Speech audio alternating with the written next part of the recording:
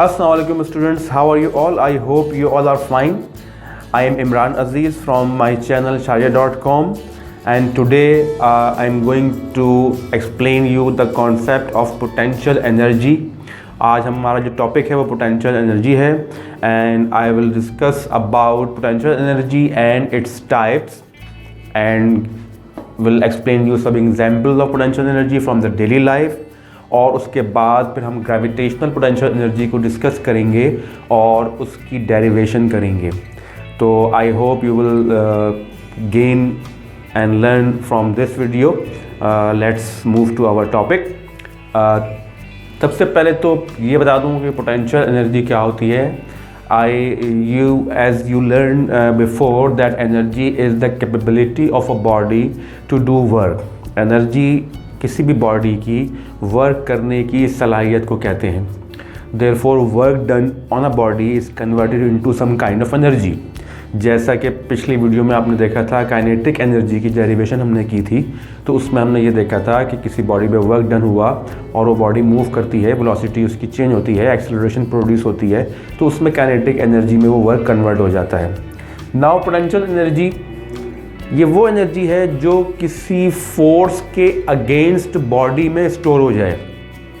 जैसा कि अगर किसी बॉडी को, किसी ऑब्जेक्ट को आप अर्थ के सरफेस से किसी हाइट पर ले जाते हैं, then you will do work against the gravitational force of the earth. The force of gravity के अगेंस्ट आप वर्क करते हैं और किसी बॉडी को हाइट पर ले जाते हैं, तो उस बॉडी में उसकी पोजीशन के अकॉर्डिंग एनर्जी स्टोर हो जाती है, and this energy is called potential energy. तो whenever there is potential energy there should be a position of a body against some force, against some reference point. अगर earth के surface को हम reference point मान लें कि ये starting point है, तो अर्थ के सरफेस पे कोई एनर्जी नहीं है क्योंकि बॉडी अपने रेफरेंस पॉइंट पर है. लेकिन जैसे जैसे बॉडी अर्थ के सरफेस से ऊपर जाती है, ग्रेविटेशनल फोर्स उस पर एक्ट करना शुरू कर देती है और बॉडी उस ग्रेविटेशनल फोर्स के अगेंस्ट जाती है.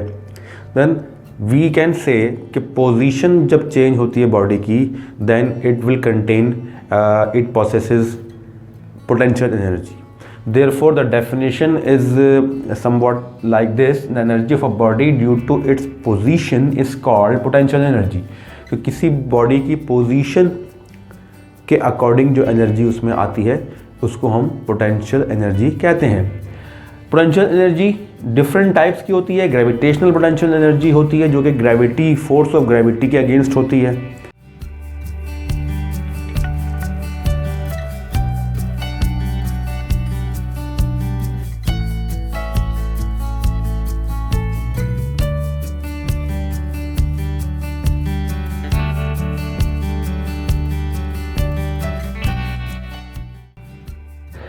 इलास्टिक पोटेंशियल एनर्जी होती है जो कि किसी भी स्प्रिंग में जो इलास्टिक फोर्स होती है, जब आप स्प्रिंग को स्ट्रेच करते हैं या उसको कंप्रेस करते हैं, तो स्प्रिंग की अपनी एक फोर्स होती है जिसको हम इलास्टिक फोर्स कहते हैं, जो हम महसूस करते हैं. दिस हम जब इस फोर्स के अगेंस्ट हम किसी बॉडी में फोर्स लगाते हैं और एनर्जी देते हैं, तो वो कहलाती है elastic potential energy. And the third type is the electric potential energy, जो कि हम इलेक्ट्रॉन्स को इलेक्ट्रिक फील्ड के अगेंस्ट हम ड्राइव करते हैं जब, तो इलेक्ट्रॉन्स में जो एनर्जी आ जाती है उसको हम इलेक्ट्रिक पोटेंशियल एनर्जी कहते हैं. आप ये तीनों एनर्जीज़ के बारे में पढ़ेंगे और इसमें सबसे पहले इस वीडियो में हम ग्रेविटेशनल पोटेंशियल एनर्जी को डिस्कस करेंगे और चला नेक्स्ट वीडियो में इलास्टिक पोटेंशियल एनर्जी को भी हम डिस्कस करेंगे. तो सबसे पहले तो हम ये समझ लें कि पोटेंशियल एनर्जी जो है, जैसा कि हमने बोला कि पोजीशन के हिसाब से है, तो हम उसकी एग्जांपल्स कैसे देखें. तो सबसे पहले एग्जांपल तो पोटेंशियल एनर्जी की ये है कि अगर कोई भी ऑब्जेक्ट सरफेस से किसी हाइट पर मौजूद है, then it will have potential energy.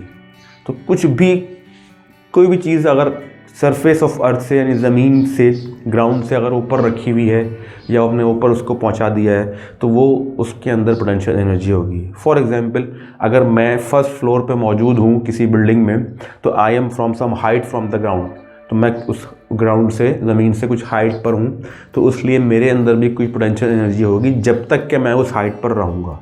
And when I will move down stair, जब मैं नीचे चला जाऊंगा और ज़मीन पे आ जाऊंगा, ग्राउंड पे आ जाऊंगा, then my potential energy will decrease and soon it becomes zero. तो इसका मतलब ये है कि वो पोटेंशियल एनर्जी मेरी हाइट या मेरी पोजीशन के हिसाब से थी। तो that's why it is called energy of a body due to its position.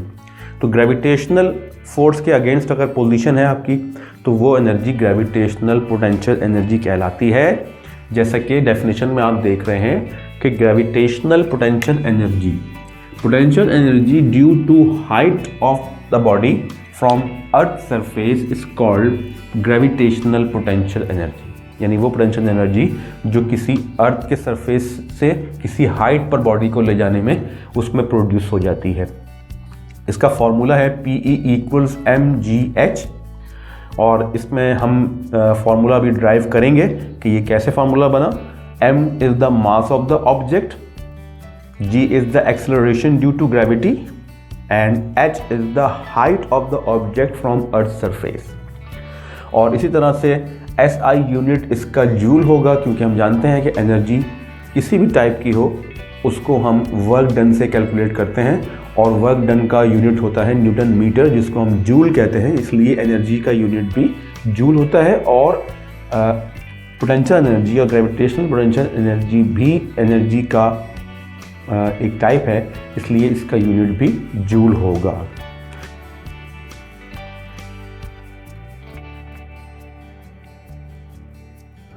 Ji students, now आप अपने स्क्रीन पे एक डायग्राम देख रहे हैं, और अब हम इस डायग्राम के थ्रू हम ड्राइव करेंगे पोटेंशियल एनर्जी का फॉर्मूला, जो कि है mgh।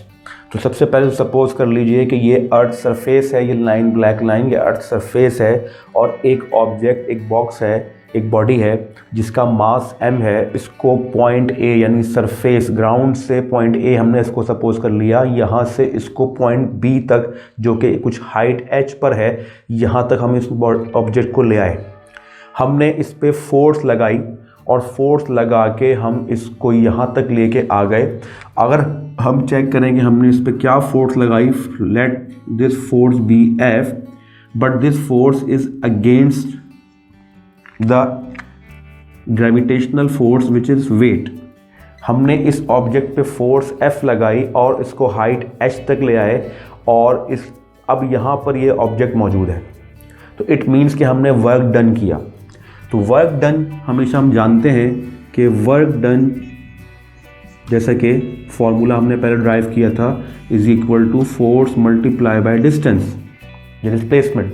अब फोर्स जो है वो फोर्स कौन सी इस पे अप्लाई हो रही है, this force is equal to weight and it is W। आप इसमें कंफ्यूज नहीं होगा, ये W वेट है और एक W होता है वर्क डन का, वो अलग होता है। तो इसलिए ये वेट W है और वेट की वैल्यू होती है mg। अब फोर्स जो थी वो चूंकि दोनों फोर्सेस इस पॉइंट पर अपोजिट है बट इक्वल है, क्योंकि ये ऑब्जेक्ट ना अब ऊपर जा रहा है ना नीचे आ रहा है, तो Newton's third law of motion के हिसाब से यहाँ दोनों फोर्सेस ऑपोजिट एंड इक्वल है। तो इसलिए force, applied force is equal to the weight of the object, therefore we take force equals weight। तो weight और ये force हो गई।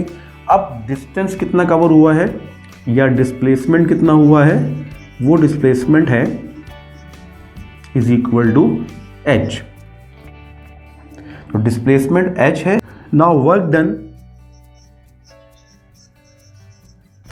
equals w multiply by h हो गया, क्योंकि फोर्स हो गई आपकी वेट और डिस्टेंस हो गया आपका हाइट h, इक्वल्स mg जो कि वेट की वैल्यू है मल्टीप्लाई बाय h।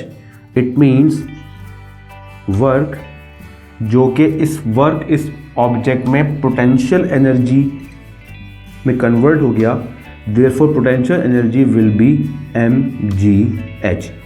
यहाँ एक बात और बता दूँ कि फोर्स और ये जो फोर्स हमने अप्लाई की है it is opposite to the weight of the object. It means कि यहाँ इन दोनों के बिटवीन एंगल 180 डिग्री होगा।